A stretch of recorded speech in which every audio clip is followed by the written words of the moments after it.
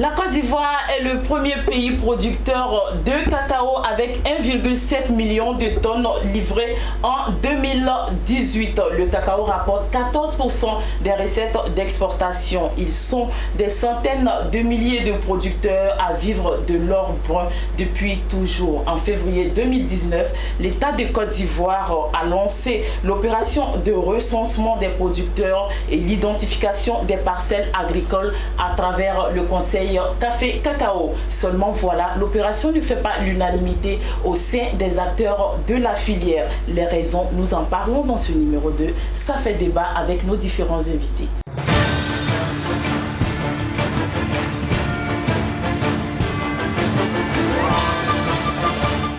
La Côte d'Ivoire est le premier pays producteur de cacao avec 1,7 million de tonnes de fèves livrées en 2018. Le cacao rapporte 14% des recettes d'exportation et ils sont nombreux les producteurs à vivre de l'or brun depuis toujours. Depuis février 2019, l'État de Côte d'Ivoire, à travers le Conseil Café Cacao, a lancé l'opération de recensement de ces producteurs et l'identification des parcelles agricoles. Seulement voilà, l'opération ne fait pas l'unanimité au sein des acteurs de la filière. Les raisons, nous en parlons dans ce numéro de Ça fait débat avec nos différents invités. Monsieur Soro Penatirgue, il est le président de l'Association nationale des coopératives agricoles de Côte d'Ivoire, Anakassi. Bonsoir. Bonsoir, bienvenue sur notre plateau.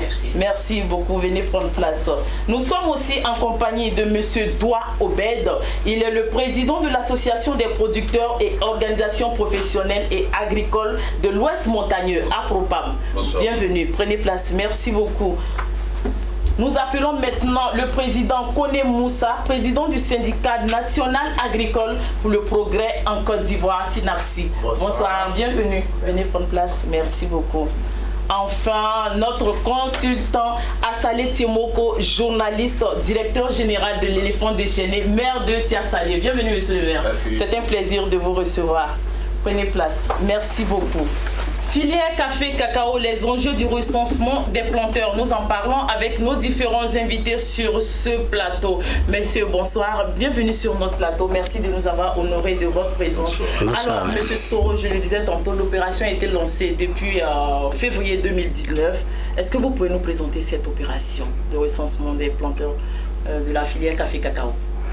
Ben, je voudrais d'abord vous dire merci à votre télévision qui nous donne aujourd'hui l'occasion de parler de ce projet très majeur et important pour la filière café-cacao, mais également pour les producteurs de café-cacao.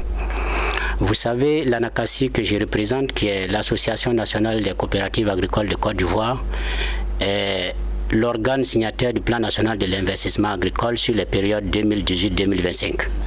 À ce titre, donc, nous avons une responsabilité de renseigner, d'informer et de sensibiliser les différents producteurs auxquels nous avons leur responsabilité sur des programmes majeurs tels que le recensement.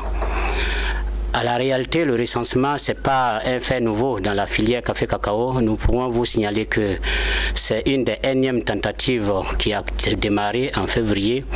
Et cette fois-ci, nous nous sommes donné les moyens de faire en sorte que cette opération parte à son terme pour aboutir à une identification claire des exploitants au niveau de la filière café-cacao ainsi que de leurs vergers. Et c'est cette mission que nous accompagnons dans le cadre de la sensibilisation des producteurs sur le terrain et nous pensons que tout va bien. D'accord. Mais ce doigt concrètement sur le terrain, comment ça se passe? Est-ce que vous avez des informations? Merci madame et à votre télévision de nous donner cette occasion. Je suis président de l'APROPAM, qui est l'association des producteurs et organisations professionnelles agricoles de l'Ouest montagneux. Une organisation qui revendique à son sein aujourd'hui un peu plus de 16 000 producteurs. Alors, quand nous avons été informés de ce recensement, qui est un projet vraiment très ambitieux pour les producteurs, nous avons fait une observation. Nous avons remarqué que nos planteurs n'étaient pas visités par les agents recenseurs. Nous avons remarqué que le processus piétinait un peu. Et c'est ainsi que nous avons pris l'initiative au niveau d'APROPAM de s'approprier le projet et de commencer à sensibiliser nos planteurs pour qu'au moins cette fois-ci, nos producteurs puissent avoir un statut officiel. Parce que, en clair, le recensement va permettre aux planteurs de Côte d'Ivoire d'être officiellement reconnus et que leur verger soit géolocalisé. Parce que ce sont des processus qui nous rattrapent dans les projets de durabilité, dans les projets de certification, et les organisations professionnelles agricoles n'ont pas les moyens elles-mêmes de réussir. C'est pour ça qu'on est rattaché, qu'on fait souvent la courbette derrière des multinationales qui ont les moyens de nous accompagner. D'accord. Voilà. D'accord. Assalé Timoko a écouté M. Soro et M. Doua, l'opération de recensement est à saluer.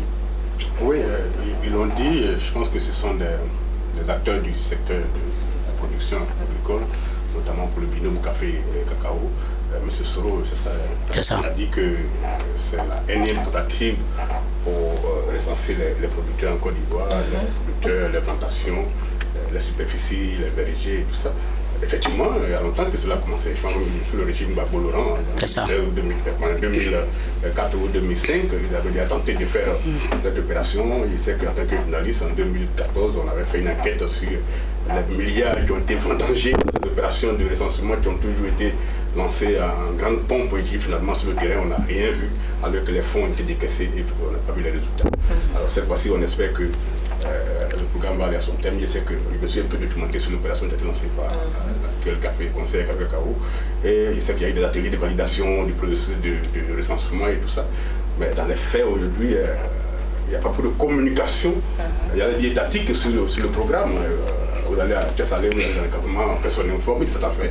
Et donc, ça risque encore, j'ai bien peur que tout ça n'accouche encore d'une souris, pour ne pas dire un petit sac de cacao, et qu'on ne sache pas réellement où sont passés les fonds. Parce que finalement, c'est 6 milliards de francs CFA qui, d'après ce qu'on a lu, ont été mobilisés pour faire cette opération. 800 personnes ont été recrutées en tant qu'agents recenseurs, mais on les cherche avec un torche sur le terrain. D'accord. Président connaît cette opération. Êtes-vous pour ou contre dans le fond et dans la forme? Merci, madame. Vraiment, je voudrais saluer votre télévision de donner l'occasion à Synapsi de s'exprimer. Alors, Synapsi, je suis le président national de Synapsi. Et aujourd'hui, Synapsi revendique 68 000 membres. Alors, nous sommes sur le terrain depuis 2006. Alors, donc, le recensement, madame, lorsque vous entendez en tant qu'un acteur de la filière café cacao le recensement, je pense que l'idée est bonne, le recensement. Mais ce recensement dont nous parlons présentement, dès que nous avons vu l'information à la télévision au cours d'un lancement à Yamoussoukro, nous avons marqué notre mécontentement parce que moi j'estime le principal syndicat dans la filière café cacao aujourd'hui c'est Synapsi. Alors, qui a lutté contre les gestionnaires pendant le 2017-2018 et le fruit de ces combats les actuels gestionnaires qui sont là. Donc on est vraiment surprise qu'on peut décaisser 6 milliards pour une telle opération que nous on ne soit pas informés, ni par un courrier, ni par un appel téléphonique. Alors lorsque nous avons vu, nous avons salué l'initiative, mais marqué notre inquiétude que cette opération ne soit pas un détournement de fonds. Et aujourd'hui le constat est là. Le constat est là. Alors, on va peut-être revenir sur le constat sur le terrain, mais qu'est-ce que vous reprochez au juste à l'opération? Est-ce que c'est le conseil café cacao que vous mettez en cause ou bien il y a autre chose? Oui, les gestionnaires qui sont les conseils café cacao ont décaissé cet argent. Même mes collègues qui sont en face de moi qui disent aujourd'hui qu'ils sont allés au recensement, c'est sur mon prise de position qu'ils ont bénéficié, appel du conseil café cacao. Ils sont là, je parle, je les prends en témoin, puisqu'ils étaient avec moi pendant que cette opération a été lancée. On avait mis en place un comité de réflexion qu'on avait proposé M. Soro comme le secrétaire exécutif de ce comité. Et ensuite, les autres nous ont rejoints. Mais nous, on a été surpris qu'ils soient partenaires des gestionnaires pendant qu'ils savent très bien que les principaux syndicats ne sont pas informés, sont opposés. Mais nous respectons quand même le point de vue de tout un chacun. Parce qu'en démocratie, il faut respecter le point de vue de tout un chacun. Mais je vous dis clairement que le recensement, je reproche le recensement, manque d'information et le menace qui est autour du recensement. Quand vous entendez que celui qui ne se fait pas recenser ne pourra pas vendre son cacao en Côte d'Ivoire, ce n'est pas professionnel. Vous voulez recenser un planteur, il s'agit d'aller vers le planteur pour lui expliquer le bien fondé et l'importance du recensement au lieu de le menacer. Quand vous dites que celui qui ne se fait pas recenser ne va plus vendre son cacao, vous allez passer, la filière va demeurer. Donc voilà un peu tout ce que nous on dénonce. D'accord. Merci beaucoup, M. Kone Moussa. M. Soro, qu'est-ce que vous pensez de ce qui vient d'être dit?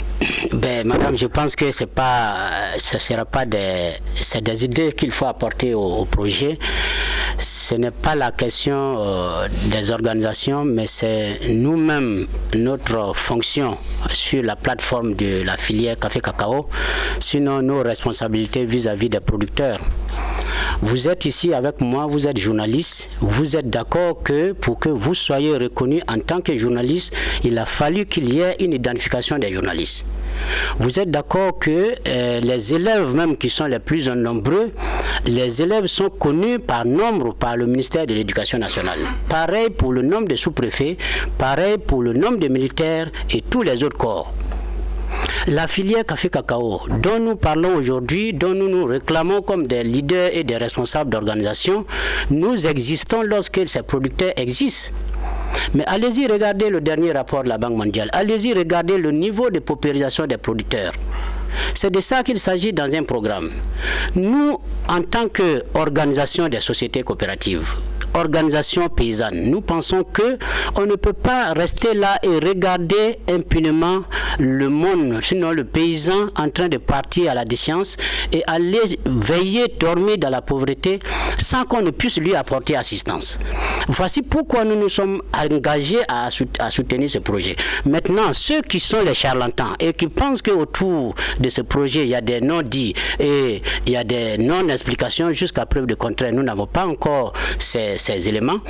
Et ce n'est pas le Conseil du café-cacao qui nous a mandaté. Nous pensons que c'est un programme qui est destiné aux producteurs et nous avons la capacité d'analyser ce qui peut être bon pour nous et mauvais pour nous en tant que producteurs.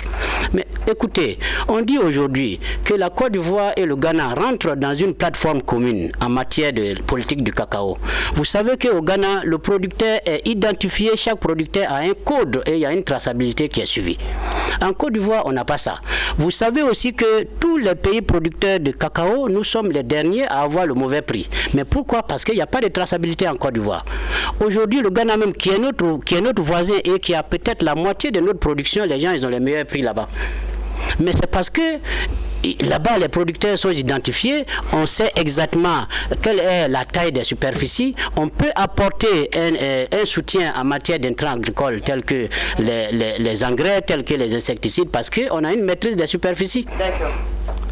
Et pour nous, un tel programme mérite d'être soutenu jusqu'à ce que ses limites nous disent que réellement nous avons tort. Mais pour le moment, nous, on n'a pas d'éléments qui nous permettent de dire que ce n'est pas un projet qui est rentable pour le producteur. Merci beaucoup, M. Soro. Alors, M. Doua. Merci beaucoup. Je tiens quand même à signaler que nous sommes toutes des organisations autonomes et on prend des initiatives quand nous semble que ces initiatives sont bonnes pour nos producteurs. C'est ainsi que il est quand même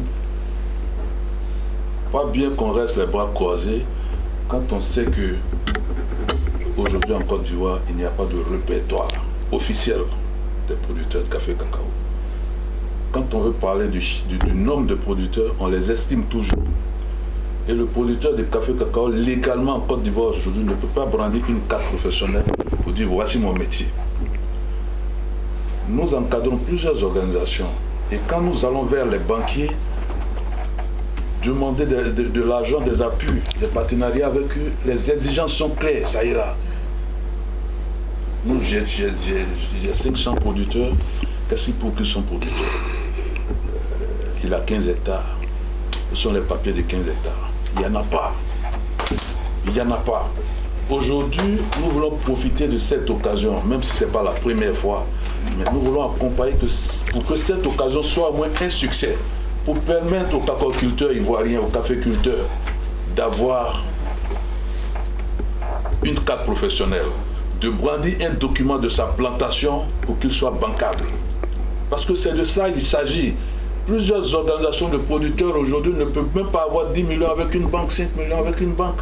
Mais on n'est plus des GVC, nous sommes des sociétés coopératives. Et une société doit pouvoir quand même être bancable, travailler dans une certaine clarté. Voici ce qui nous motive aujourd'hui et nous accompagnons le recensement. Nous ne sommes pas agents du Conseil Café Cacao, nous ne sommes pas cadres du Conseil Café Cacao. On ne saurait vraiment se prononcer sur la gestion des moyens que le Conseil a reçus. D'accord.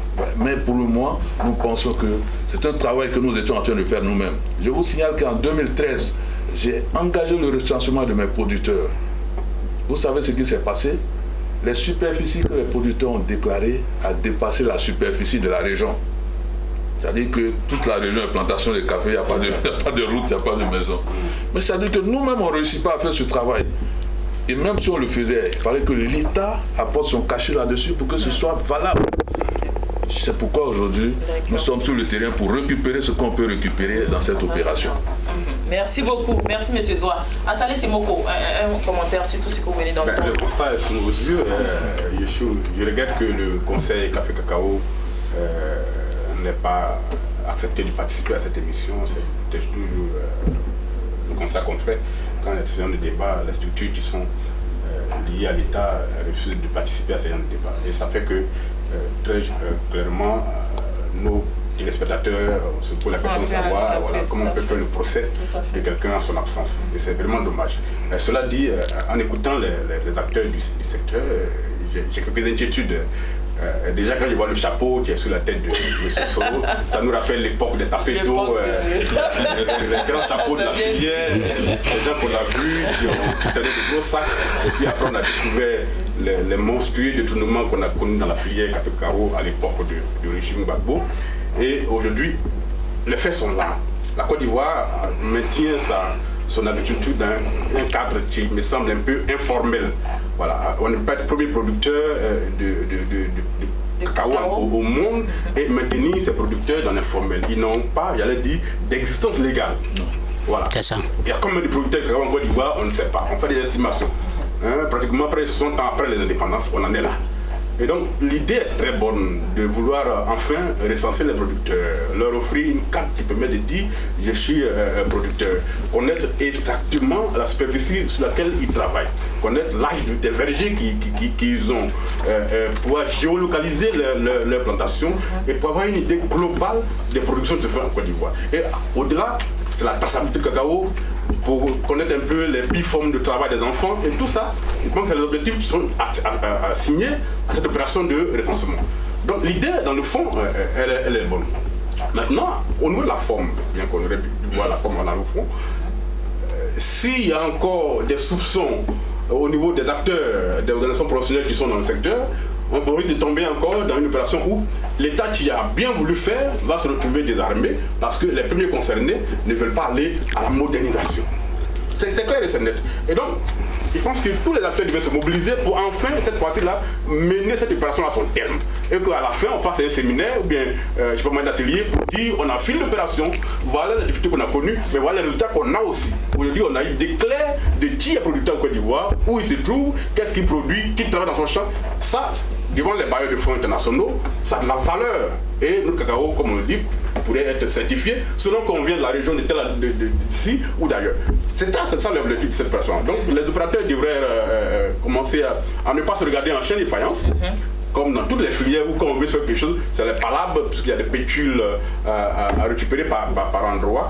Ça devrait être le monde des soucis des gens, ce qui devrait intéresser les gens, c'est comment faire pour qu'au terme, et tout ça là, le producteur qui continue de vivre en 2019 comme s'il était encore en 1980, connaisse au moins un petit bond au niveau de sa vie et que son travail qu'il fait au prix de 1000 difficultés commence maintenant à améliorer effectivement sa vie. Okay. Voilà ce qu'on peut dire. Voilà. D'accord. Président Koné, est-ce que vous pensez, comme l'ANAPROSI, qu'il y a un objectif caché derrière cette opération?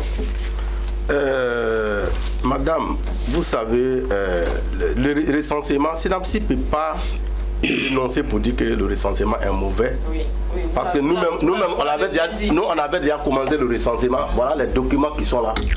Il y a au moins 5 ans. Depuis sous Massangé, SYNAPSI avait déjà commencé le recensement. Maintenant, avec Chambre d'agriculture qui était dirigée à l'époque par M. Koulibaly Ali, a lancé un recensement général des paysans où il y a eu 4,5 milliards qui est parti.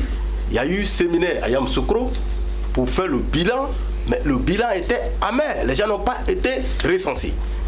Comme nous avons l'expérience, et cette fois-ci, nous avons écrit pour dire qu'il faut associer tout le monde au recensement. La tournée de sensibilisation dont mes collègues qui sont en train de parler, ils ont reçu des financements des maires de conseil Café Cacao. Nous sommes au courant. Est-ce que vous avez les preuves? J'ai les preuves. Maintenant, j'ai les preuves. Madame, je ne parle pas au hasard. Bien sûr, c'est pourquoi je dis que j'ai les preuves. Parce que, vous savez, on est dans un milieu où on a tout confondu. On a confondu les coopératives et les producteurs. Voilà notre mal, hein.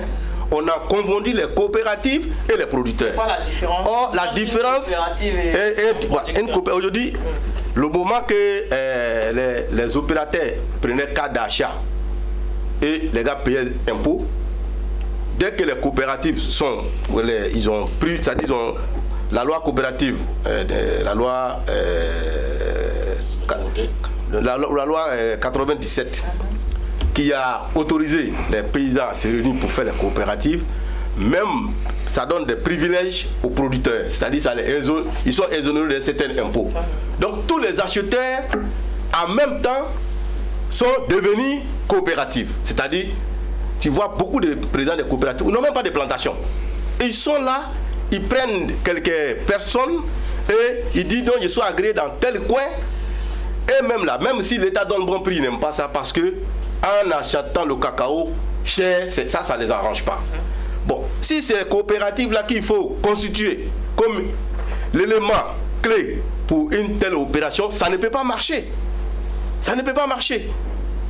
Donc, j'ai dit à la direction générale du Conseil Café Cacao, je n'ai rien contre eux, mais je leur ai dit clairement que l'opération, c'était un échec d'avance. Ils le savent. Est-ce que c'est parce qu'on ne vous a pas confié le récent, on ne vous a pas impliqué peut-être, je ne sais pas comment ça se passe, voilà, dans l'opération que vous êtes contre? Pas du tout, madame. Moi je dis aujourd'hui que je ne suis pas contre. Parce qu'il faut rectifier les choses. Je dis je ne suis pas contre l'opération. C'est lui qui dit président de SYNAPSI est contre l'opération. Ce n'est pas juste. Je suis pour l'opération parce qu'il faut qu'on soit identifié. Tout à fait. Mais pour qu'on soit identifié, il faut qu'on soit associé. Tout le monde doit associer. Vous êtes contre la manière? La manière, parce qu'aujourd'hui, comment on appelle ça, le fonds qui a été décaissé, qui recense qui? Nous, on allait sur le terrain dès que le recensement a été lancé. Les jeunes qui ont été présentés, nous avons rencontré les jeunes sur le terrain. On s'est rendu compte que la plupart des jeunes étaient déjà recrutés par Conseil Café Cacao. Et nous avons demandé comment ils sont rémunérés. Ils disent qu'ils perçoivent toujours leur ancien salaire, mais ils sont affectés au recensement. Pendant qu'il y a 6 milliards qu'on dit, il y a une partie pour la sensibilisation, il y a une partie pour le recensement. Alors, une telle opération, il est bon qu'on mette l'accent sur communication. On met l'accent sur communication. Vous savez, lorsqu'on vous a confié une responsabilité dans le secteur agricole, c'est pour faire de sorte que le citoyen lambda, qui est le planteur, qui est dans un milieu où on est 80% analphabète, il faut mettre l'accent sur communication. D'accord, on vous allez revenir sur les propositions tout à l'heure. Monsieur Soro, est-ce que vous comprenez leur inquiétude par rapport... Il n'est pas, monsieur le Président Koné n'est pas contre le recensement, mais contre la manière, certaines méthodes qui sont utilisées. Est-ce que vous comprenez avec l'ANAPROSI aussi? Est-ce que vous les comprenez? Je voudrais d'abord rappeler à M. Assalé que ce n'est pas le chapeau qui détourne, mais c'est plutôt c'est la mentalité qui détourne, et qu'on a des plus grands détourneurs qui sont au plateau, différents de nous-mêmes. Mais pour rigoler, en revenant sur la question du jour, vous savez, le président Koné qui est assis, le président Oubed, le président Kanga de l'ANAPROSI et les autres... Non, pas revenir sur l'affaire de l'argent. Non, pas du tout. Non, dans tous les cas, on ne fait pas de travail sans moyens. Ça, je vous le dis, on n'a rien à cacher. Voilà. Mais quand l'opération de recensement est arrivée, vous voyez que c'est maintenant que nous, les organisations, nous sommes en train de participer au projet en matière de contribution en recensement. Ce n'est même pas nous les maîtres d'ouvrage du projet. On a souhaité qu'avec l'expérience des autres projets qui se sont faits dans le dos des producteurs et des organisations, ils ont souhaité qu'il y ait un volet d'autosensibilisation. Et c'est à cette partie que nous sommes conviés. Mais depuis février et en septembre, nous faisons la tournée. Qu'est-ce qui a bien pu se passer entre février et septembre? C'est ce qu'il faut comprendre. Nous sommes au niveau de la filière café cacao dans un comité de réflexion avec bien d'autres organisations qui ne sont même pas dans le comité. Quand le conseil nous a appelés pour faire le lancement, on avait tous des remarques à faire sur le projet. Mais le projet en réalité a connu une phase de pilote l'année dernière et puis il y a eu des rectifications et le projet a été lancé. Mais à la réalité, comme vous entendez le président Koné le dire, comme vous allez entendre le président Kanga le dire de l'ANAPROSI, on n'est pas tous d'accord et unanimes avec la façon dont ça va se procéder. Mais nous on dit quoi? On peut aller dans un système d'accompagnement du projet. Aucun projet n'a été conçu et correct au départ. Donc allons-y accompagner le projet. Si nous tous qui nous réclamons en tant qu'organisation professionnelle agricole, nous pensons que nous travaillons pour le bien-être de nos producteurs, encourageons d'abord le processus et puis au fur et à mesure on fait des rectifications. On a passé depuis le mois de février jusqu'en août, on n'a pas pu nous décider de ce que nous décidons d'accompagner le processus ou pas. Jusqu'à ce que l'ANACASI, qui est le signataire du plan national d'investissement agricole, chaque 3 mois, nous faisons une conférence pour éclairer l'opinion nationale et internationale sur l'actualité agricole. C'est comme ça qu'en octobre, sinon en fin août, nous avons tenu une conférence de presse en disant, mais notre silence est coupable de ce projet. Donc il est clair que nous donnions notre point de vue sur le projet parce qu'il y a nos membres qui nous demandent. Donc l'ANACASI devant la presse a dit que nous allons cautionner ce projet et nous le disons devant la presse que les jours à venir nous allons descendre sur le terrain pour donner l'information à nos membres d'aller se recenser. À partir de ce moment, nous avons déposé une demande d'aide au Conseil de contribuer à notre action. Mais nous sommes allés sur le terrain. Tout le monde a vu, vous avez vu que nous avons parcouru toutes les régions de production de cacao pour lever les points d'ombre. Et aujourd'hui, ce sont les agents recenseurs qui sont insuffisants. Ce n'est pas la volonté des producteurs. Les producteurs ont été informés, tous les points d'ombre sont levés, ils sont prêts à aller se recenser. C'est le dispositif qui est défaillant. Donc aujourd'hui, nous allons le corriger quand nous allons faire le point sur notre tournée et les recommandations que nous allons faire, nous exposons que ça va être pris en compte. D'accord, mais avant vous aurez le temps de revenir dans les solutions certaines résolutions. Si. Monsieur Doua, comment ça se passe sur le terrain? Qu'est-ce que les gens vous disent, les planteurs? Quelles sont leurs craintes? Est-ce que ces craintes-là aussi ne sont pas prises en compte par monsieur le président Koné? Je dirais que à la réalité, si vous voyez que l'APOPAM s'est impliqué dans le projet, c'est simplement parce que le projet a démarré 1 mois, 2 mois. Nous avons constaté que nos producteurs ne sont pas du tout informés et qu'ils ne participent même pas. On pourrait rejoindre Koné dans peut-être l'approche des choses, la manière de faire.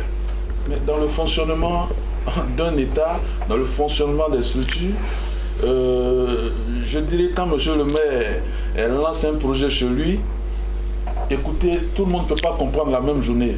Mais nous, on s'est dit quoi? Moi, en tant que producteur, président de cette organisation, mon village n'a pas encore été visité. Mon village n'a pas encore été visité. Et j'ai posé des questions pour comprendre. Les gens ont répondu non, qu'eux, ils ont une manière de travailler. Quand ils commencent un village, ils le finissent totalement le village avant d'aller ailleurs. Et que le dernier village sera visité en décembre 2020. Ça veut dire qu'il n'y a pas assez de personnel sur le terrain? C'est leur méthode. Okay. Mais nous, moi, j'ai trouvé que ce n'est pas juste. Et c'est pour ça qu'après la sensibilisation, les producteurs ayant véritablement adhéré au projet, nous sommes prêts à dire au Conseil Café Cacao de multiplier les agents recenseurs par 2 ou par 3 pour que concomitamment les villages soient visités ensemble et que tous les producteurs puissent vraiment être dans la dynamique. Parce que quand un producteur va rester 6 mois, 7 mois, 8 mois sans être visité, ça ouvre la brèche à de l'intox. Et les gens vont peut-être se décourager sur le projet. Mais il est clair, on explique à nos producteurs aujourd'hui et à tous les leaders qu'il faut qu'on accepte que la filière café cacao fonctionne comme plusieurs grandes autres filières fonctionnent dans le monde. La traçabilité est obligatoire aujourd'hui. Pour les consommateurs au niveau international, ce sont leurs exigences. On est critiqué aujourd'hui, le cacao ivoirien est critiqué d'être produit dans les forêts classées. Mais pour démontrer qu'on ne travaille pas dans les forêts classées, il faut qu'on accepte que nos vergers soient géolocalisés. C'est de ça il s'agit, c'est ce qu'on explique à nos parents. Tout à l'heure, on a dit que quand tu n'es pas recensé, ta production ne sera pas payée. Ce n'est pas des menaces en fait. On explique aux parents que si tu n'es pas recensé, ta plantation n'est pas géolocalisée, on pourra peut-être penser que tu cultives en forêt classée. Et ça, les gens sont en train de comprendre. La question du travail des enfants, tout ça aujourd'hui, c'est des choses qu'on a expliquées aux parents pendant les tournées de sensibilisation qui est encore en cours. On est toujours en train de leur expliquer tous les jours. Mais à la réalité, nous, en tant que producteurs, on est d'accord que le syndicat, c'est son travail d'éveiller nos esprits sur certaines choses. Mais pour nous, il faut récupérer ce qui est récupérable dans ce projet. D'accord. Assalé Timoko. Moi, j'écoute les responsables de l'organisation qui sont dans la filière et je me pose des questions. Bien sûr. Là, il parle d'agents recenseurs qui seraient insuffisants. J'ai lu qu'ils sont à peu près 800 qui auraient été recrutés par le Conseil Café Cacao. Oui, si chez lui, ils ne sont pas encore arrivés. Voilà, si ils ne sont pas encore arrivés, Mathias Allé, j'ai jamais entendu parler d'eux là-bas. Je n'ai pas compris pourquoi, pour une telle opération, des structures qui ont leur expertise avérée en Côte d'Ivoire n'ont pas été peut-être associées. J'ai parlé par exemple du CNRA. Il y a des agents un peu partout dans la Côte d'Ivoire. Tu connais exactement où se trouvent les producteurs. De l'ANADER. La structure par excellence de ce domaine agricole. Tu connais les hameaux les plus reculés du pays où on produit du cacao. Et même tu donnes les plans et tout ça. Comment on a pu faire une telle opération sans associer les agents de l'ANADER, dans le CNRA, qui sont éparpillés sur le territoire national, pour, j'allais dire, encadrer un peu ce qui se fait là. M. Koné disait tout à l'heure qu'ils auraient interrogé des agents qui seraient eux-mêmes déjà agents du Conseil Café Cacao, qu'on a déployés sur le terrain comme agents recensés pour faire l'opération. Ils sont payés sous fond du Conseil Café Cacao en tant qu'agents et en même temps rémunérés en tant qu'agents recenseurs. Tout ça, ça crée un environnement qui risque d'inquiéter les gens.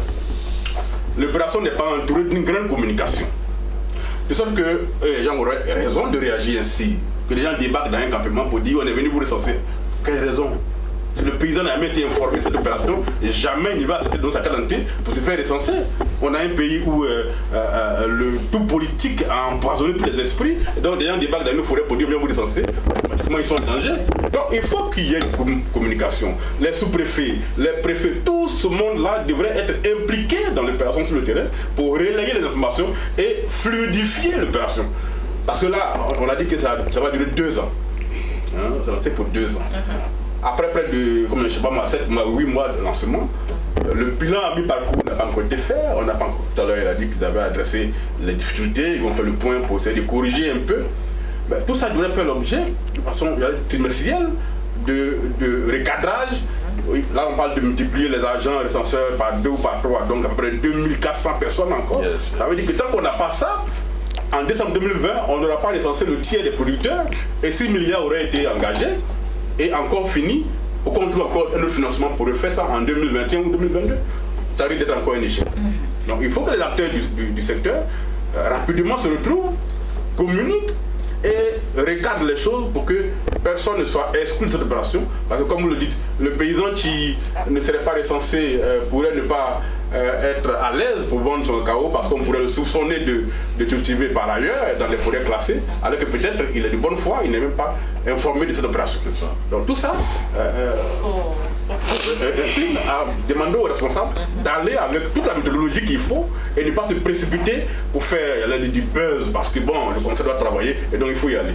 Sinon à la fin, c'est les producteurs qui seront encore les plus grands perdants et encore les tendons de la face. D'accord.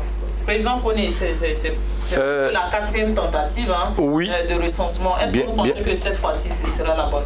Bon, peut-être ils vont se ressaisir, mais moi je vous dis que je voulais vraiment rejoindre M. Assalé pour vous dire clairement que dans les propositions, moi je dis on ne peut pas faire une telle opération sans associer l'administration. C'est-à-dire les préfets qui ont moins de pression, les sous-préfets, les comment on appelle, les chefferies villageoises, les chefs de terre. Vous voyez, les plantaires sont, voilà, les plantaires sont pas venus tomber comme ça dans la forêt. Robert sait de quoi je parle. Chaque plantaire a son tout-terre. Donc si la communication comment on appelle, je viens madame, vous savez, l'ANADER, que tous ces mondes-là, si tu vois qu'on n'a pas associé, c'est que si beaucoup d'hommes associés partagent d'argent là, on ne va pas avoir beaucoup. Et c'est ça le problème. C'est à cause de ça, c'est là on ne les a pas associés. Moi-même, on dit que si Koné même vient, on ne le reçoit pas parce que lui critique déjà comment on appelle le recensement. Et on ne le reçoit pas chez nous. Si c'est lui qui parle avec Koné, il est radié. Même moi, mes camarades qui étaient avec moi dans mon bureau matin, midi, soir, et ils ont coupé. Mais je comprends, les temps sont durs. Il faut comprendre pour que chacun puisse gagner un peu. Parce que moi, je suis quelqu'un, c'est-à-dire, ce secteur-là, je connais, pour que je sois en l'aise pour parler. Vous voyez, à mon état, je ne sais ni lire ni écrit. Mais depuis que je suis né, je suis dans ce secteur-là. Donc, tu viens avec doctorat, si on doit parler de cacao, nous allons débattre. S'il s'agit de la vie des plantaires. Mais s'il s'agit pour parler au nom des plantaires, pour dire nous allons lutter pour l'amélioration des conditions de vie des plantaires, nous allons lutter pour le bien-être des plantaires. Quand l'argent vient, ça reste à Abidjan. Ça n'arrive jamais à la base. Sinon, le chef de l'État a fait beaucoup d'efforts. Le président de la République a fait beaucoup d'efforts quand ils avaient initié la certification. La certification devait résoudre le problème de la pauvreté même des paysans. Mais cet argent reste à Abidjan. Dans la poche de qui? Ça ne fait l'objet d'un débat. Aucun problème, les gens sont à l'aise comme c'est normal. Toutes les coopératives aujourd'hui qui sont légalement constituées ne peuvent pas fonctionner si tu n'es pas adossé à un Libanais ou bien à un homme qui est cochonné par quelqu'un qui n'a pas envie de faire sortir sa tête. D'accord. Cette fois-ci, est-ce que vous pensez que ça va aboutir? Cette fois-ci, je dis, cette opération peut aboutir lorsque la direction générale des conseils Café Cacao va se ressaisir pour comprendre que à Zougoubé, dans mon campement à Blescro, les gens disent, ils n'ont même pas encore entendu parler de cette histoire de recensement. En plus, ils raison qu'ils vont voir quelqu'un. À Blescro, c'est moi. Quand on dit qu'ils ont parcouru partout, personne n'a encore arrivé là-bas. Il ne sait pas où ils ont passé. Alors, donc, ils n'ont qu'à arrêter de se faire du mal. Parce que j'appelle ça de se faire du mal. Quand on se réclame d'une corporation, et cette corporation est en danger, il faut débattre sans passion, sans parti prise, pour faire des propositions pour les inquiétudes. Voilà, mais quand tu vas penser les miettes qu'on va te donner, et ça va vous rattraper. D'accord. Merci, Président Koné. Alors, M. Soro, la 4e tentative pratiquement, est-ce que cette fois-ci ça va aboutir? Madame, moi j'ai espoir qu'elle va aboutir pour les éléments de réponse que nous-mêmes nous avons vus sur le terrain. Et dans un projet, il y a des facteurs qui dépendent de vous et il y en a qui ne dépendent pas de vous. On est aujourd'hui dans une logique ordinaire tout comme ça se passe partout. Au début, je le disais, quand il y a eu la question de l'inscription des enfants en ligne, il y a certains parents d'élèves qui ne croyaient pas.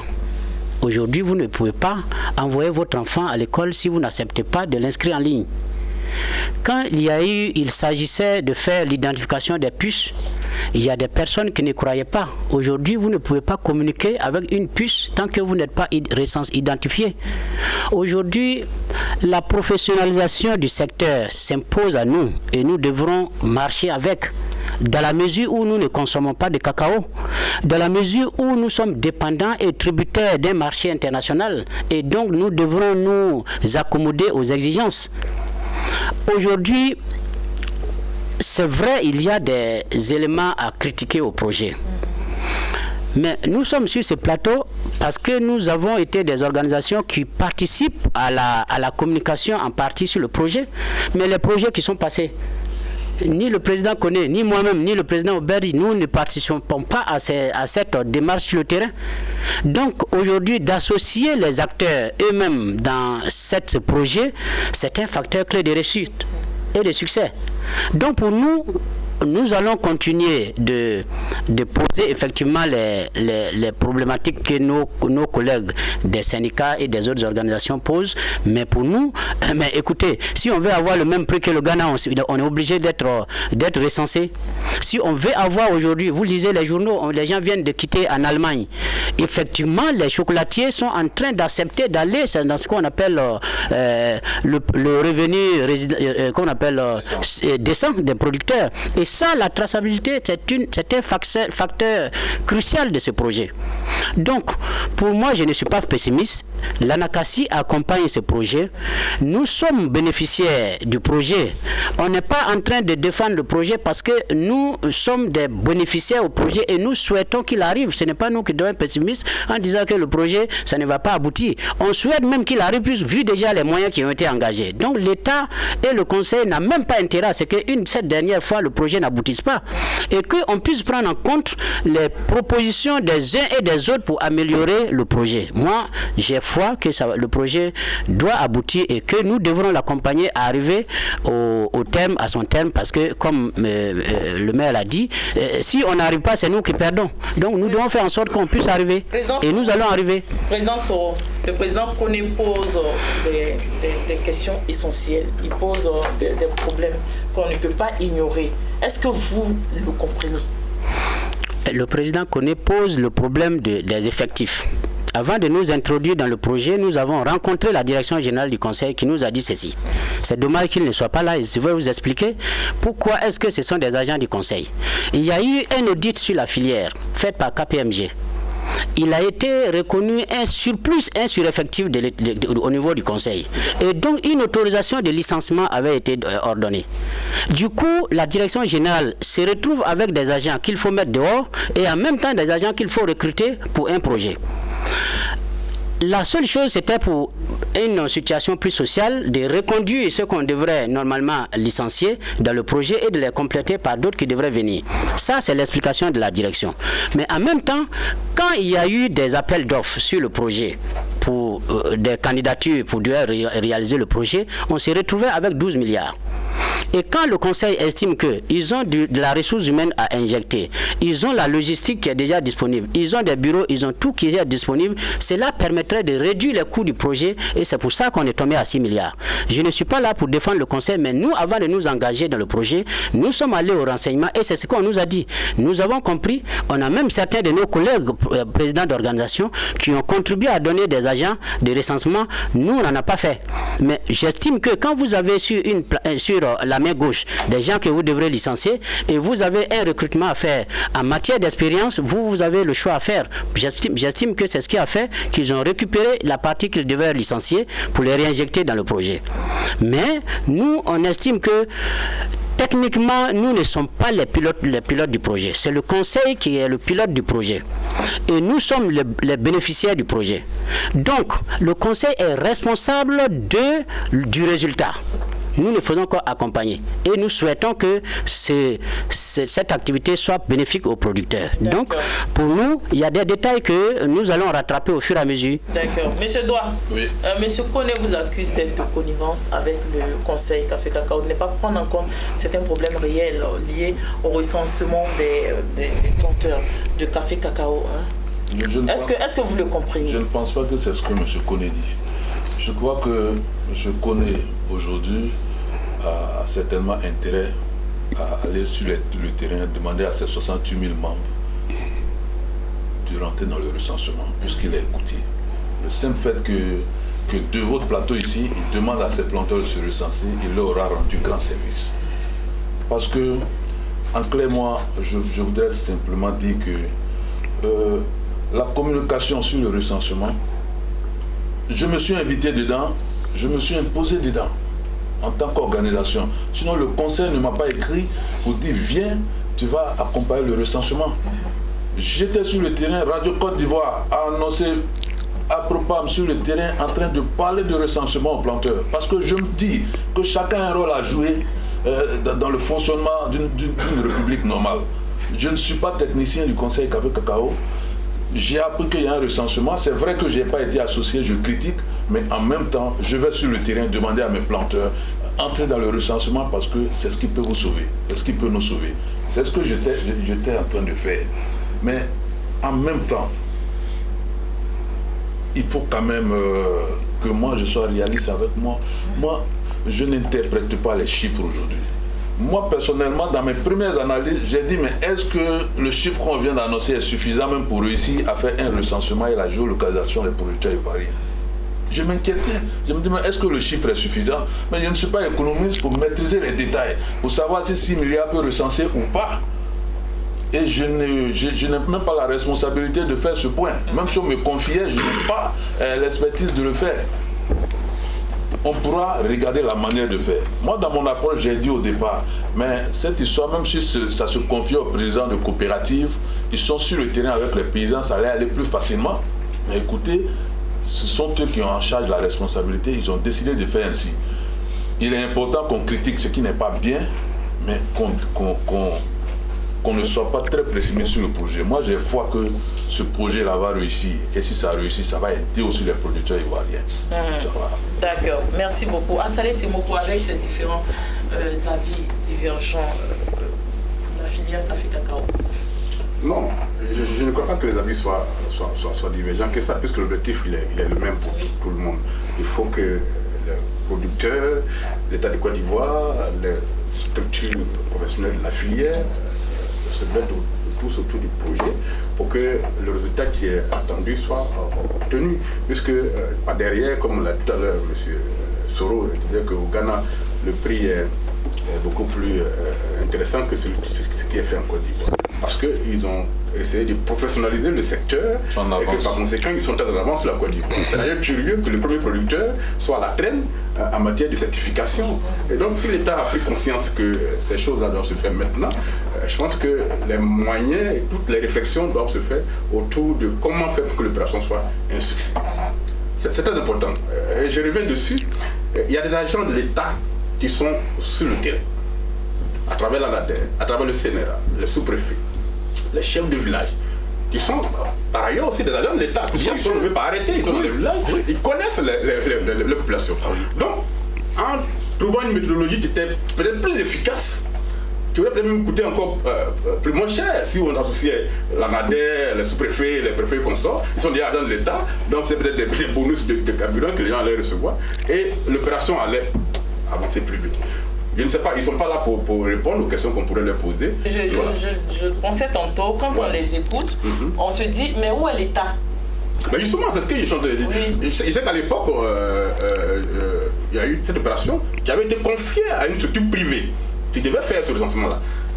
Là également, il y a eu des problèmes d'argent, ça ne parlait à son thème à l'époque du FDF-PCC, avec Amadou Père à son âme. Il y a cette opération qui avait des conflits, a appelé la candidature à une structure privée qui avait démontré sa méthodologie, qui devrait faire le travail dans un délai très précis. Et puis bon, la crise qu'on a connue n'a pas permis d'aller au bout. Mais si aujourd'hui l'État revient encore inspiré des échecs précédents, on ne devrait plus être encore à ce niveau-là. Voilà, même les agents de conseil cacao qu'on aurait repris par ailleurs pour ne pas qu'ils aient été licenciés, quelle est la connaissance du terrain en matière de production cacaoyère en Côte d'Ivoire? Quelle est la connaissance du terrain? Voilà, tout ça, les responsables des structures syndicales là devraient pouvoir adresser ces questions et attirer rapidement l'attention. Parce que si je demande à l'heure, peut-être qu'ils vont me dire, est-ce que vous avez une idée déjà de recenser? Est-ce que vous avez une idée? Après 8 mois, est-ce qu'on a un nombre exact que vous savez déjà et sur lequel on peut communiquer? Particulièrement, je ne peux pas, on ne peut même pas le savoir parce que le conseil n'a pas encore fait de bilan. D'accord.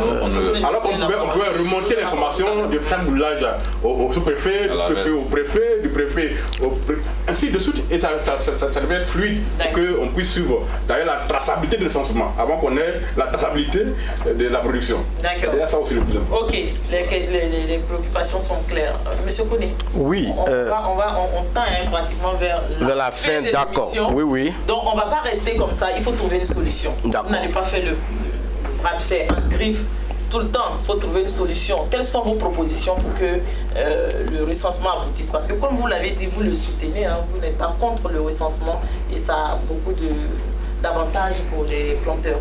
Quelles sont vos propositions? Nos propositions pour le réussite de recensement, c'est d'abord le conseil qui est une structure de régulation. Quand on nous dit comment ils se sont constitués une structure de recensement et par quelle manière ça va se procéder, le coût, parce qu'il y a beaucoup de choses. Moi, par exemple, quand je vois mes collègues sont devenus avocats de conseil, je comprends, il faut des affaires ensemble. C'est normal, hein? C'est normal, mais il faut que vous sachiez. Oui, non, ce n'est pas des accusations, on se connaît. Mais je vous dis quelque chose, madame. Il y a manque de, ces problèmes-là. Le manque du sérieux même, c'est l'absence de conseil même à ce débat-là. Parce que quand moi je vois qu'ils défendent, il vous dit des choses qui ne sont pas justes, je vois qu'il n'y a pas de sérieux. Il n'y a pas de sérieux. Or, l'enjeu est détaillé pour que ça devienne du théâtre. Donc, la proposition que moi j'ai à faire par rapport à ce recensement, il faut que le conseil Café Cacao se ressaisit, trouver comment on appelle ça, l'entreprise qui est outil à ce travail pour leur confier si réellement ils ont intérêt à ce que les paysans soient organisés. Il y a ça aussi parce que beaucoup d'hommes disent qu'il faut qu'on organise les paysans, mais est-ce qu'ils ont intérêt à ce qu'on soit organisés? Parce que notre division là, ça leur profite. Ça leur profite, nos divisions leur profitent même. Monsieur Doua disait tout à l'heure que est-ce que, d'abord, avant d'arriver sur M. Doua, est-ce que vous avez encouragé vos 68 000 mais madame, monsieur est une structure nous, on est légalement constitué, on est organisé. Oui. On ne peut pas donner des informations qu'on ne maîtrise pas. Appelle quelqu'un pour dire, va faire. Lui dit qu'on l'a appelé pour lui dire quelque chose. Moi, on ne m'a rien dit. Donc, je ne peux pas mentir aux gens. D'accord. Donc maintenant, comment on fait? Est-ce que si ça reste comme ça, on suppose que notre prière, c'est que le conseil Café Cacao vous écoute vos propositions. Mais au cas où l'opération a déjà avancé, on est à 8 à 9 mois pratiquement, que ça tend vers la fin, vos préoccupations ne sont pas prises en compte. Qu'est-ce que vous allez faire? Mais non, on est là. Tu sais, il y a... Est-ce que vous n'allez pas faire recenser vos adhérents pour ça? Madame, oui. La danse qui va, c'est le chef du village. Ces enfants n'ont pas le droit à escalader la clôture pour regarder les danseurs. Et si tu tombes, tu vas te blesser. Donc, nous, on n'est pas pressés. On laisse conseil. Ils sont en train de danser dans le sac. On arrête, on les regarde. Moi, je pense que le seul appel que je lance au conseil, qui se ressaisissent, qui sachent qu'ils agissent au nom des producteurs et dans leur intérêt. Et s'ils savent ça, il n'aura pas c'est-à-dire des amitiés, pour dire que telles les affinités, tant qu'ils gèrent la filière pour dire que je vais voir tel, je ne vais pas voir tel, ça ne peut pas marcher. Ça ne peut pas marcher. D'accord. Voilà. Vous avez d'autres propositions La proposition qui se ressaisisse. Ok. Et qui vous écoute. En tout cas, s'ils se ressaisissent, tout vient de là. Mais tant qu'ils ne sont pas ressaisis, nous on est là, on les regarde. D'accord. Voilà. Monsieur Soro, Oui. c'est sérieux l'affaire. Vos propositions. Ben, je vais faire des propositions très concrètes, Oui. comme nous l'avons déjà formulé par écrit à l'endroit du Conseil.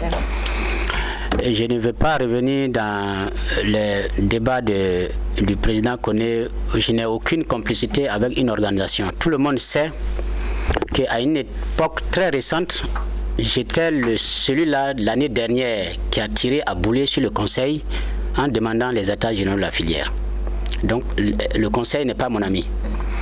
Vous savez aussi, quand nous avons été mandatés pour signer le plan national d'investissement agricole, nous nous sommes désignés volontiers d'effectuer une caravane de tournées de sensibilisation et d'information à tout le secteur agricole l'année dernière, qui nous a coûté sur fonds propres plus de 25 millions.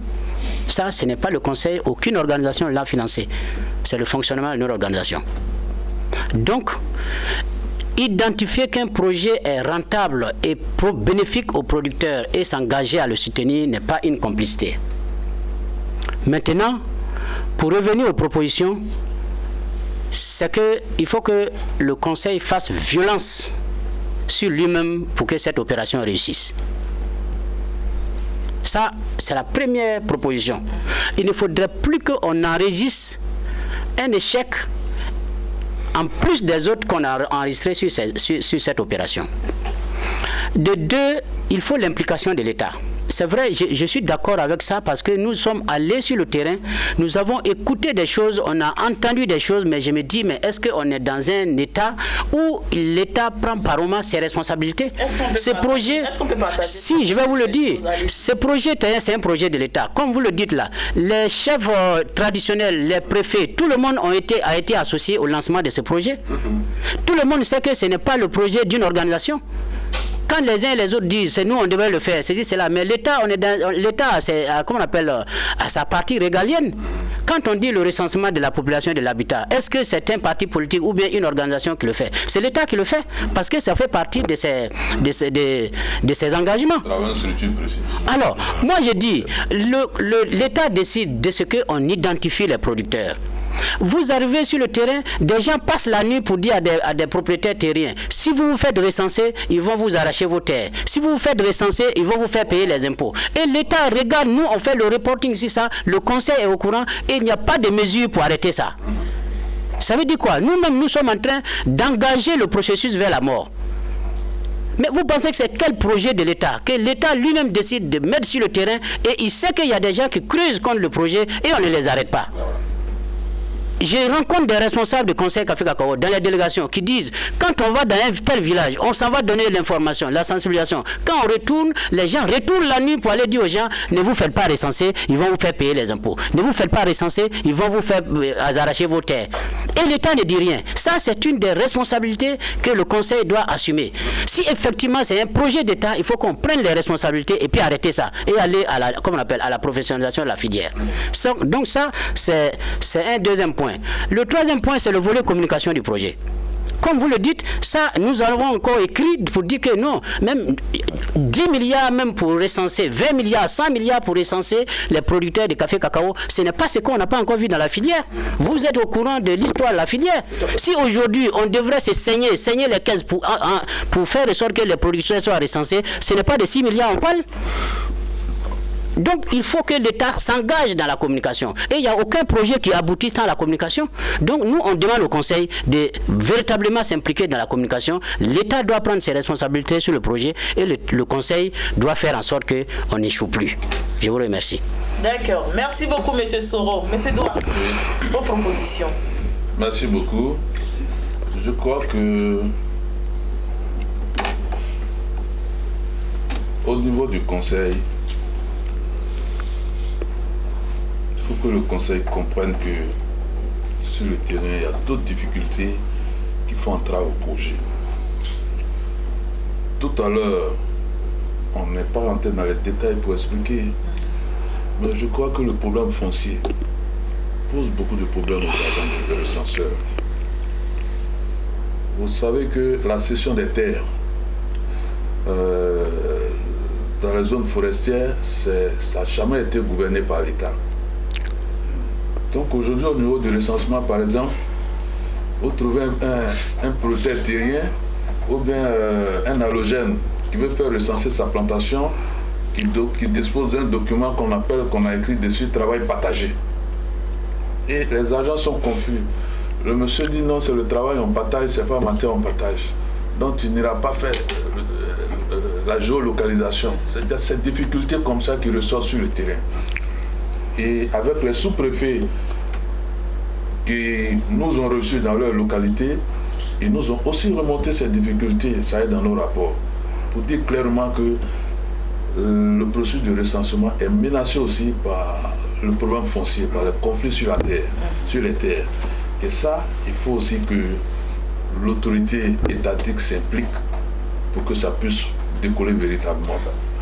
C'est ce qui donne d'ailleurs la porte ouverte à ceux qui passent la nuit pour dire que c'est pour vous arracher vos terres et autres. Voilà, c'est ce qui ouvre la porte à ceux-là. Mais je me dis que où on est aujourd'hui, comme Kouné l'a dit tout à l'heure, on est tous d'accord que les processus de certification qui font gagner de l'argent, le plus-value aux producteurs, ces processus de certification sont pris en otage aujourd'hui par les multinationales. Ce sont telles qui se constituent en coopérative, qui enrôlent les producteurs, qui reçoivent les primes, qui vivent dans les palaces pendant que le producteur croupit sous des bâches dans les villages. Et ça, c'est pas juste. Et ce qui peut corriger aujourd'hui, c'est aussi ce processus de recensement. Quand c'est réglé, ça va aider à régler le problème de certification. Et Dieu merci, aujourd'hui, le Conseil Café Cacao est en train de s'approprier. Mais à la réalité, je voudrais qu'on se concentre sur l'essentiel et que on laisse les suspicions d'argent, et ceux-là, c'est des amis du Conseil Café Cacao, ils ont pris l'argent, ça n'a rien à voir. Je crois que l'occasion que vous me donnez aujourd'hui de ce plateau de Business 24, je voulais lancer un message aux producteurs de Côte d'Ivoire, aux producteurs membres de l'APROPAM en particulier, de foncer, de traquer les agents recenseurs partout où ils sont pour se faire recenser. Qu'ils réussissent à se faire recenser dans ce processus, parce que ça va nous aider demain à prendre une position claire pour dire à l'État ce qu'on veut. C'est de ça qu'il s'agit. Je voudrais aussi, de façon amicale, dire à mon frère Kouné que Dieu merci, on est sur le plateau de Business 24 qui est suivi. Sa doléance va être entendue par le Conseil du Café Cacao. Il a juste besoin d'être écouté, d'être associé. Et je crois qu'il a bien fait de dire ses griefs ici. Voilà. Il n'est pas contre le projet. Le projet, il est en marche. Mais seulement qu'il y a 6 milliards qui circulent, il n'est pas très informé. C'est de ça qu'il s'agit. Et comme il a eu l'information, je pense que on va lui répondre. Ok, il n'y a pas de problème. Assalé, rapidement, un commentaire rapidement sur ce qui a été dit avant qu'on fasse un dernier tour de table. Deux choses. Quelle est la place des multinationales dont on sait qu'avant que l'opération soit lancée, avait elle-même, on essaie avec quelle autorisation, procéder à des recensements des producteurs qui les livrent le cacao. Chacun le sait, c'est pas un secret, c'est un secret polichinelle, chacun le sait. Quel est le sort des bases de données que détiennent ces multinationales-là vis-à-vis du processus qui est en cours aujourd'hui, lancé par l'État de Côte d'Ivoire à travers le Conseil cacao? C'est une zone d'ombre qu'on ne maîtrise pas. Deuxième chose, récemment l'État de Côte d'Ivoire, il y a 2 ou 3 ans, a lancé une opération de délimitation des territoires villageois. Des villages du Côte d'Ivoire. Un certain nombre de villages ont été répertoriés par département et le projet a été lancé. Le ministère de l'Agriculture, qui était le maître d'ouvrage du projet, ne s'est pas déployé lui-même sur le terrain pour aller faire cette opération. Ils ont concédé l'opération à une société privée qui elle-même a identifié une méthodologie intégrant les sous-préfets, les préfets, les chefs de village, les responsables de gestion du foncier rural dans les villages. Ils ont formé des comités avec des témoins qui peuvent attester que telle parcelle, on connaît son histoire, et il n'y a pas eu beaucoup de bruit dessus. Aujourd'hui, beaucoup de villages détiennent des arrêtés qui délimitent clairement le territoire. Oui. L'opération a été un succès. Oui. Parce que l'État a concédé et a contrôlé l'opération. Oui. Confié à l'opérateur privé. Dans cette affaire, le Conseil a dit va faire. Et vous faites bien de noter que, effectivement, les gens disent, mais vous voulez recenser nos terres, vous voulez recenser notre territoire, c'est à quel but, dans quel dessein? Voilà. Les sous-préfets n'ont pas été réellement impliqués dans le processus. Parce que dans le cadre de limitation des terres, quand ça bloque, le sous-préfet est bien arrêté pour installer le comité qui suit tout ça, est automatiquement saisi. Et c'est lui qui fait les conciliabules et qui règle les problèmes et puis on avance. Là, il n'y a rien. Les gens vont sur le terrain. Quelle que soit votre volonté en tant qu'organisateur, avec l'organisation, vous ne pourrez pas convaincre la population s'il n'y a pas l'État derrière. Et l'État, c'est d'abord le sous-préfet. C'est d'abord le préfet, le sous-préfet. Les agents de la NADER, ils sont sur le terrain, qui contrôlent tout ça. Et ils doivent être au devant de ces choses-là. Sinon, s'il y a cette suspicion, et c'est clair que cette suspicion risque de faire capoter toute l'opération. Voilà. Et donc, cette réalité tient que le foncier rural lui-même est dans un désordre tel que si en amont on ne règle pas certaines questions en intégrant les communes de l'État qui sont sur le terrain, l'opération qui est en cours là, il va capoter. Et je suis d'accord avec M. Pascal qui l'a dit, il dit qu'on n'a pas suffisamment de moyens pour faire l'opération, alors qu'on devrait engloutir tout ce qu'on veut comme argent. Et sans faire d'économie sur cette affaire. Puisque l'objectif c'est de faire en sorte que la Côte d'Ivoire puisse être certifiée et que les producteurs vivent mieux. Alors pourquoi est-ce qu'on fait des économies par-ci, des économies par-là, alors qu'il faut gagner les moyens pour que l'opération enfin réussisse? Parce que ça qui a échoué cette opération-là, il y avait des décaissés. Justement, oui. Des milliards ont été décaissés et ils sont partis en fumée. Et là encore, on ne se donne pas les vrais moyens. Et on continue de tâtonner encore, on ne communique pas. Le budget de la communication de cette opération-là devrait être plus gros même que le budget de l'ensemble. Normalement. Voilà. Merci. Merci à Saleh Timoko. Alors, messieurs, merci beaucoup. On tend vers la fin de l'émission. Oui. Monsieur Doua, j'ai pas le bas. Monsieur Doua, je vais venir à vous. C'est le dernier tour de table, je vais venir à vous. Monsieur Doua, un dernier mot. Viens chez moi. Avant qu'on... Mais qu'on ait parlé, je lui concède. Qu'on ait parlé. Non, allez-y. On respecte le plateau. C'est le dernier tour de table. C'est le dernier mot. Et là, il n'y a pas forcément de... Voilà. Ok. Je voudrais vraiment, de ce plateau, dire merci à l'État de Côte d'Ivoire, dire merci au chef de l'État ivoirien et Ghanéens qui sont en train de travailler ensemble aujourd'hui pour réussir à donner vraiment de plus-value aux producteurs de Côte d'Ivoire, pour faire en sorte que le producteur ivoirien soit mieux rémunéré. Le chantier, il est vaste, et je crois que plusieurs échecs ont été faits par les gouvernements qui se sont suicidés. Mais ce n'est pas parce qu'on a fait un mauvais rêve qu'on refuse de dormir. Je suis optimiste, je crois à cette opération qui est en cours, et je voudrais lancer un appel aux producteurs ivoiriens dans tous les hameaux de s'approprier ce projet. Je voudrais demander au Conseil du Café Cacao de multiplier les moyens et surtout les moyens de communication pour qu'on puisse réussir cette opération-là dans le délai et avec succès. Les gens se sont donné 2 ans pour réussir le recensement des planteurs. Moi, je pense que même s'il faut doubler les moyens pour finir ça en 6 mois, ce serait mieux et ce ne serait pas trop pour les producteurs de Côte d'Ivoire. Merci beaucoup. Merci beaucoup. Monsieur Koné, je vous donne la parole. Votre dernier mot. Mon dernier mot, ce serait dommage que chaque année on décaisse des milliards, puis on est devant des échecs, et puis personne n'est inquiété. Sinon, ceux qui ont fait premier, ils étaient emprisonnés, personne n'allait s'amuser à décaisser encore des milliards. Or, tu sais que ce que tu es en train de faire, que ça n'allait pas aboutir. Moi, je voudrais dire ici aux producteurs, comme je l'ai toujours fait, de rester à l'écoute. Surtout les producteurs membres de Synapsi, de rester à l'écoute. Lorsque nous, on aura des informations. Ce genre de message fait peur aux Ivoiriens. Lorsque ce genre de message fait peur. Non, ça ne fait pas peur, mais il faut que tu me laisses aller au bout de mes idées. Parce que, comme le représentant du Conseil Café Cacao est en train de dire qu'il aura, comme on appelle, ils vont faire violence sur eux pour que l'opération reçue. Si on a reçu un courrier d'information concernant l'opération, nous allons revenir vers nos membres. Puisque ce travail, c'est un travail qui est très important. Mais notre prise de position est très claire. Nous savons que ce qu'on a dit à la télévision, ça ne peut pas faire. L'opération, ça c'est de 1. Et de 2, la manière que c'est en train de se passer, nous, on a dit que c'est un échec d'avance. Donc, je suis invité ici, sur ce plateau, pour parler de recensement. Je voulais remercier Business 24, remercier mes collègues paysans qui sont venus. Alors, on va remercier tout le monde, tous ceux qui ont la volonté de faire avancer les choses. Même le prix qu'on a entendu depuis Berlin et que il va y avoir des prix supplémentaires pour les paysans, on a salué l'initiative.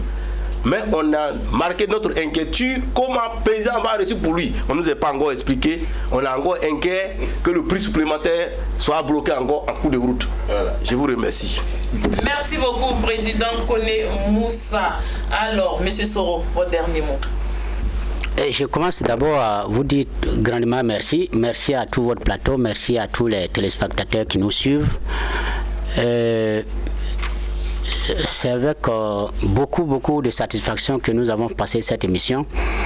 Ça a été aussi une des recommandations que nous avons faites dans notre rapport au Conseil du Café Cacao, de sorte qu'une des missions de ces gens soit sur la RTI, avec une configuration de ces gens pour permettre d'éclairer l'opinion nationale et internationale. Et notre remerciement va également à l'endroit de tout le gouvernement qui a pris d'abord l'initiative, parce qu'on dit dans toute chose c'est la volonté politique qui compte. Ici on a une volonté politique. Ce qui compte maintenant c'est comment nous nous arrangeons pour arriver dans ce que nous attendons du projet. Et mon mot de fin c'est à l'endroit de tous ceux qui sont président des sociétés coopératives Café Cacao, de tous ceux qui sont chefs de village dans les zones de production de café cacao, tous ceux qui sont propriétaires terriens dans les zones de production de café cacao et les producteurs de café cacao. Ce projet, il est à vous, il est dans votre intérêt. Je vous incite à vous inscrire dans ce processus parce que, comme on le dit, vaut mieux commencer avec ceux qui ont commencé que d'être en retard. Et le retard est souvent fatal. Donc, chacun est invité à s'inscrire. Il n'y a rien à perdre, il n'y a que des choses à gagner. Puisque même si vous vous inscrivez et que demain, ce que nous attendions n'est pas ça, au moins vous vous serez fait inscrire, vous avez une carte professionnelle, vous avez une carte de votre exploitation. Et ce que les organisations, les multinationales le font, ce que les projets de durabilité le font, aussi cher parce que ça coûte de l'argent, l'État a décidé de le faire gratuitement pour vous. Je vous encourage à le faire. En tout cas, pour ceux qui sont les sociétés coopératives qui m'écoutent sur ce plateau, engagez-vous dans le processus parce qu'il est fait dans votre intérêt. Merci. Merci, M. Soro. Assalet Timoko, rapidement, ton dernier mot. Bien, je voulais dire qu'il n'y a rien de plus difficile que le passage d'une conception abstraite à une œuvre effective. Nos dirigeants, nos responsables des filières, notamment le Conseil Café Cacao, doivent comprendre que tout ce qui touche au foncier rural est très sensible en Côte d'Ivoire. Dès l'instant où on parle de recensement, s'il ne s'agissait que de recenser seulement que les producteurs sans toucher leur superficie, la chose serait très simple. Oui. Dès l'instant où on parle de superficie, on parle de foncier rural. Oui. Et dans les villages, ces questions sont très sensibles. Vous ne pouvez pas réussir une telle opération sans impliquer les chefs de village, sans impliquer les responsables de gestion du foncier dans les villages qui ont été désignés par arrêté sous-préfectoral, suivant une procédure de désignation interne au village. Donc tout ce monde-là a été mis en place pour qu'on crée d'abord la confiance. Si vous ne créez pas la confiance de telle opération, en amont, vous la lancez, en aval, elle échoue. Comprenez? Donc il faut que rapidement les responsables de toute l'opération se retrouvent. Et là, c'est le conseil lui-même qui fait l'opération. Alors peut-être qu'il aurait été plus sage de concéder l'opération à un privé qui devait rendre compte à l'État de Côte d'Ivoire. On ne serait plus aller plus vite. Donc dès l'instant où c'est eux qui le font, il faut bien qu'ils reviennent aux fondamentaux, qu'ils impliquent les sous-préfets, qu'ils impliquent les préfets, les chefs de village, les responsables des fonciers dans les villages, les propriétaires terriens comme on dit. Voilà. L'État de Côte d'Ivoire est en train de donner tout le pouvoir des propriétaires sur les parcelles dans les villages. Il ne faut pas qu'on vienne les embrouiller avec des informations qu'ils ne maîtrisent pas. Et donc il faut que le Conseil communique suffisamment, déplace son énergie sur le terrain et que l'opération aille de l'avant. Dès l'instant où l'objectif final, c'est que l'État de Côte d'Ivoire sache qui est producteur et puisse le présenter aux bailleurs de fonds dit que j'ai professionnalisé mon secteur et donc je peux aller maintenant à la certification. Toutes les applications sont liées au travail des enfants, tout ça, les forêts classées, qui sont encore sous l'emprise de producteurs, très souvent clandestins, mais qu'on ne peut pas déguerpir parce qu'on ne sait pas où ils se trouvent réellement. Tout ça là est un processus qui est certes long, mais l'État doit pouvoir se donner les moyens, cette fois-ci là, de réussir l'opération. Nous, les 6 milliards, on fera le point dans quelques mois, ils seront déjà vendangés et le résultat sera nul. D'accord. Merci beaucoup à Saleh Timoko, journaliste, directeur général du journal L'éléphant déchaîné et maire de la commune de Tia-Salé. Nous étions en compagnie de M. Soro Penatirgue. Il est le président de l'Association nationale des coopératives agricoles de Côte d'Ivoire. Anakassi, M. Kone Moussa, président du syndicat national agricole pour le progrès de Côte d'Ivoire, SINAPSI. Et enfin, M. Doua Obed, président de l'association des producteurs et organisations professionnelles et agricoles de l'Ouest montagneux à Propam. Nous parlions aujourd'hui des enjeux du recensement des planteurs du café et du cacao en Côte d'Ivoire. Merci à vous de nous avoir suivis. Merci de rester sur Business 24 Africa. À bientôt pour une nouvelle émission de Ça fait débat.